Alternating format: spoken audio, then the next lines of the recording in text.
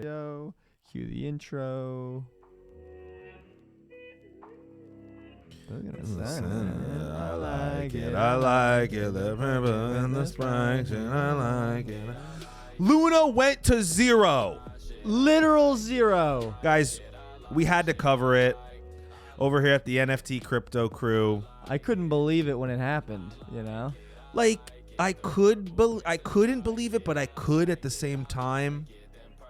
Because it's just like, I said to myself, something's seriously up. Yeah, I mean, I was actually like, I saw it happen, and I actually thought this is going to zero when I saw it start. You know, it hit 94 cents. I said, this doesn't look good. Hit 90 cents. I said, it's going to zero. Yeah, so you saw UST.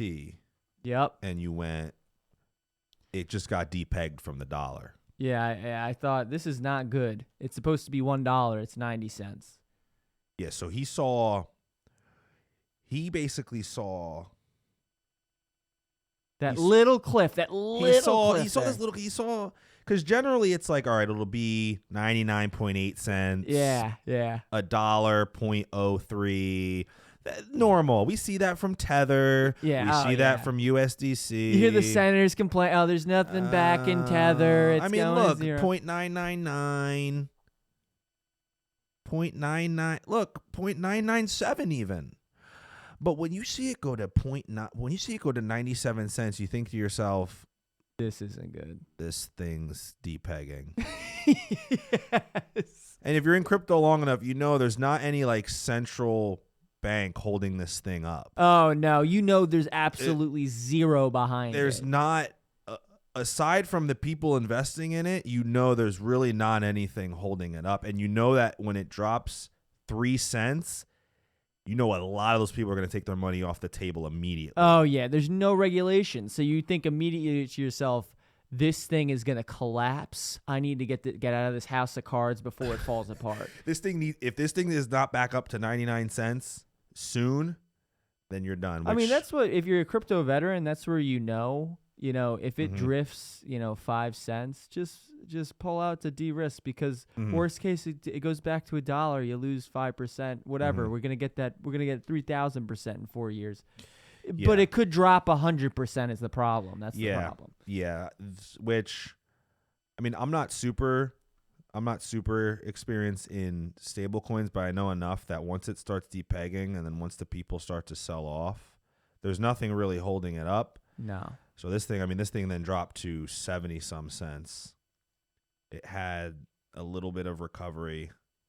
I don't know if this is maybe when that's probably when they sold the Bitcoin. Yeah, maybe they tried to work some Bitcoin action into it and then dropped again. Everyone said, and now this is simultaneously, Luna is simultaneously dropping. Luna's in a free fall right now. It's dropping, kind of at the same time as this was happening.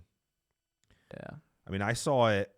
It looked like, okay, it's going with the market. It's at $80, $70. I'm like, okay, that's typical. I think it's possible this would have worked out had the market been more mature and Bitcoin had like a 10 trillion to, tens of trillions in market cap. Mm-hmm. But you could tell from the UST chart when they tried to peg it back by selling the Bitcoin that they probably didn't want to sell anymore to collapse the Bitcoin market and then just send everything else into a free fall. Yeah, they had so much Bitcoin that by them selling, it would have just kept going down. They really couldn't save it because if they try to sell all their Bitcoin to save it, they're just introducing a lot of fear in the market. They're going to sell you. Yeah, they're driving Bitcoin down, which is forcing even more people holding Luna to sell.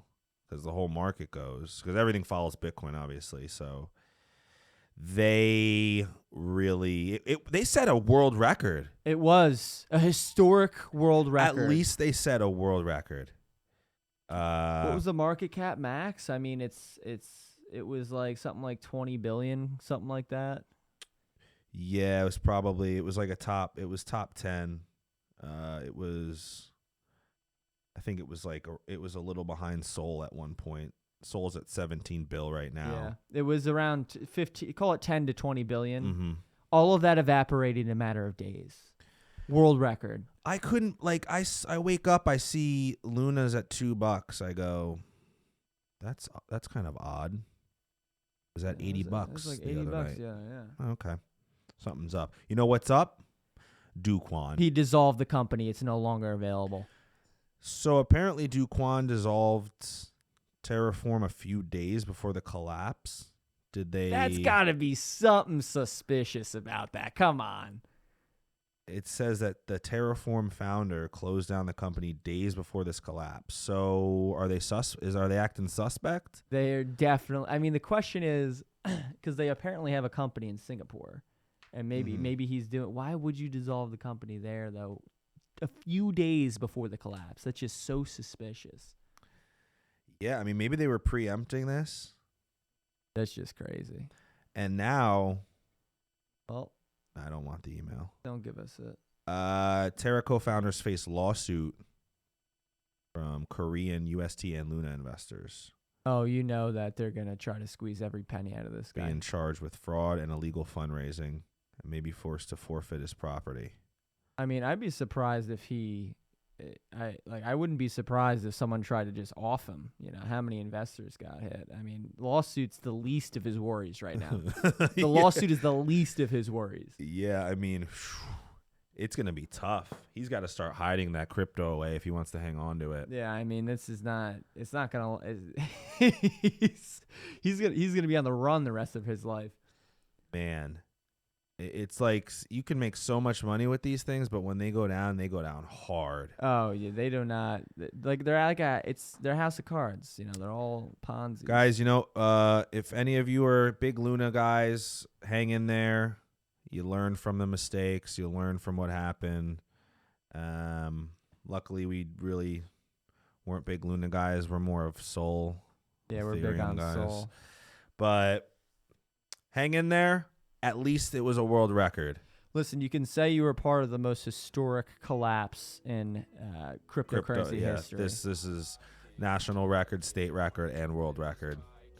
Ladies and gentlemen, that's we're the NFT crypto crew. We're bullish. Not quite bullish on Luna, but we're bullish on everything else. Bearish on Luna.